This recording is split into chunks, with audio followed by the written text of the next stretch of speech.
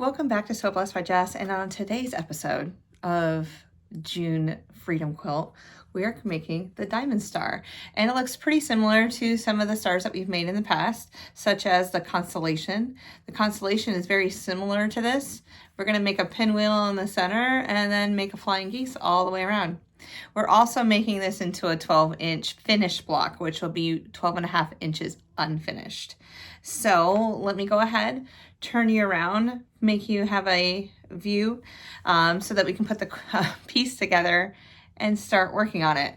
As we go through the videos, there's going to be some that are like 12 minutes long and some that are like 5 or 6 minutes long. It all depends. Just remember that you need let me grab my box. The Quilt Builder's card deck in order to get the cutting instructions. I will not be able to give you that piece, but once you order it, if you choose to order or borrow it from a friend, then you can make all the blocks, and you can choose other blocks besides the ones that I'm making also for this. I'm really looking forward to this. This is amazing. So we're on the 4th block. One more 12-inch block to go after today, and then we'll be on 6-inch blocks, pinwheels, 9 patches, or a rendition of the 9 patch. Because I made like rectangles out of it, just to make it a little bit simpler for us to piece together and not have so many seams that we have to work through. Yeah, and flying geese. Don't let me forget the flying geese. I love flying geese. So, and that's just me. So, are you ready for the double star or or diamond star? All right, let's go ahead and turn you around. Okay, so we have some more of that red fabric that we used from the last block, some blue, navy, which I like, white, and then our cornerstone squares. All right, and this is what we're going for. So let me go ahead and set up, we'll set up the pinwheel first. Okay. So the pinwheel is going to be 4 half square triangles. Oops, here I go hitting the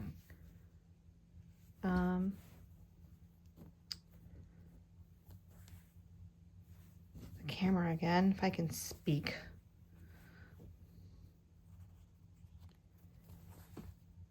But around and around and around we go. I know I've sung this to you guys before. Where she stops, nobody knows. I used to sing that to my girls all the time when they were little, and they used to giggle so much. Oh. Do I miss having little ones? I do. Can I find people with little ones? I can. And also, yeah. Anywho, okay. Then, so we're gonna match up these to go with our corresponding colors.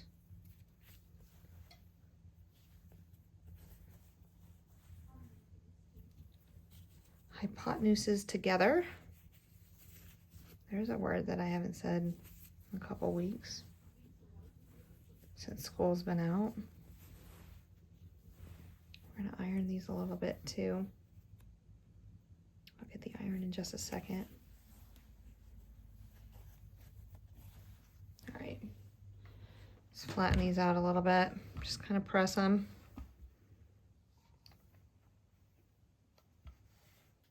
Okay, that works for the moment. And we have our cornerstones. And I'm just kind of double checking them to make sure that they are right side up. Okay, there we go.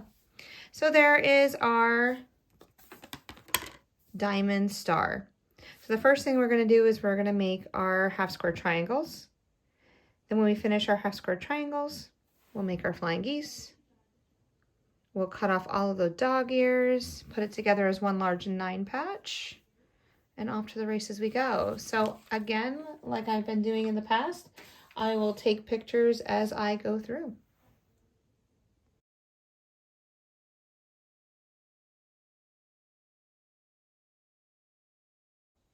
Okay, so I've gotten to the point of my pinwheel and I want to make sure that I hit that intersection.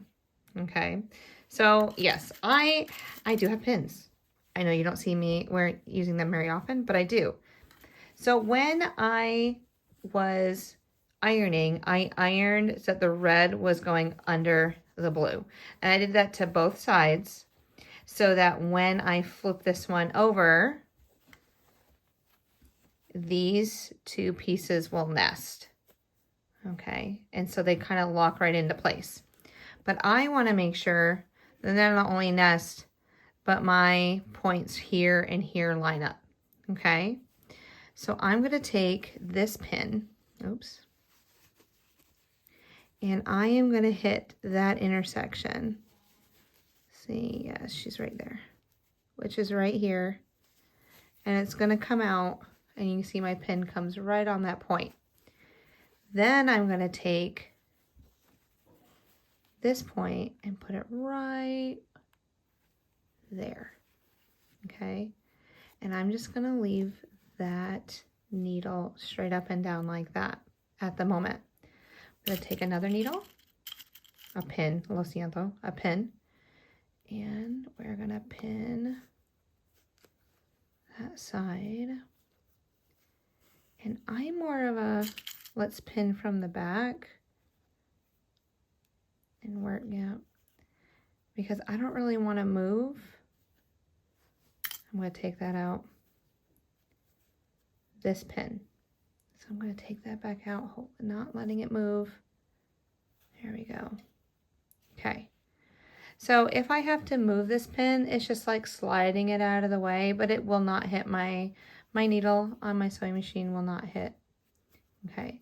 So now what I'm going to do is I'm going to line up my edges.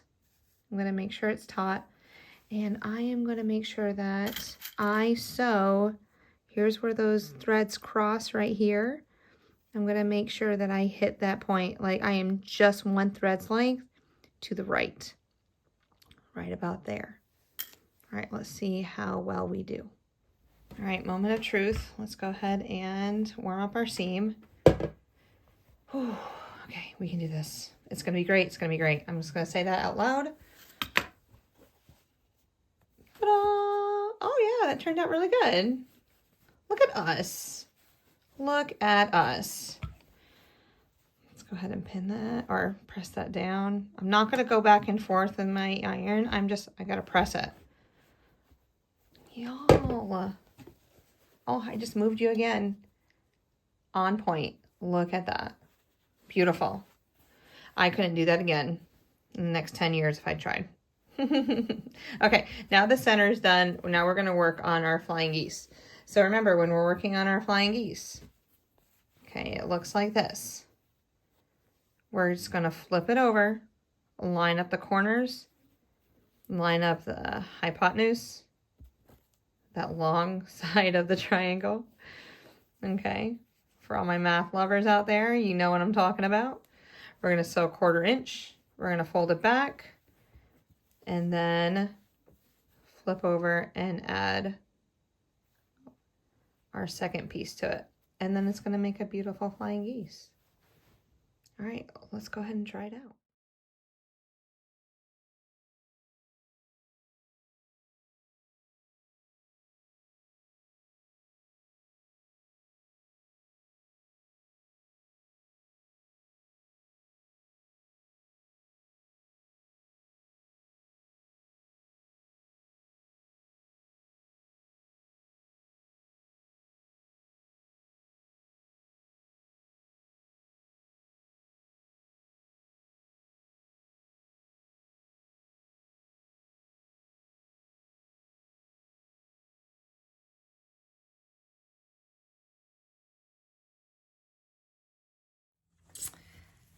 And our block is finished. Look how beautiful that is.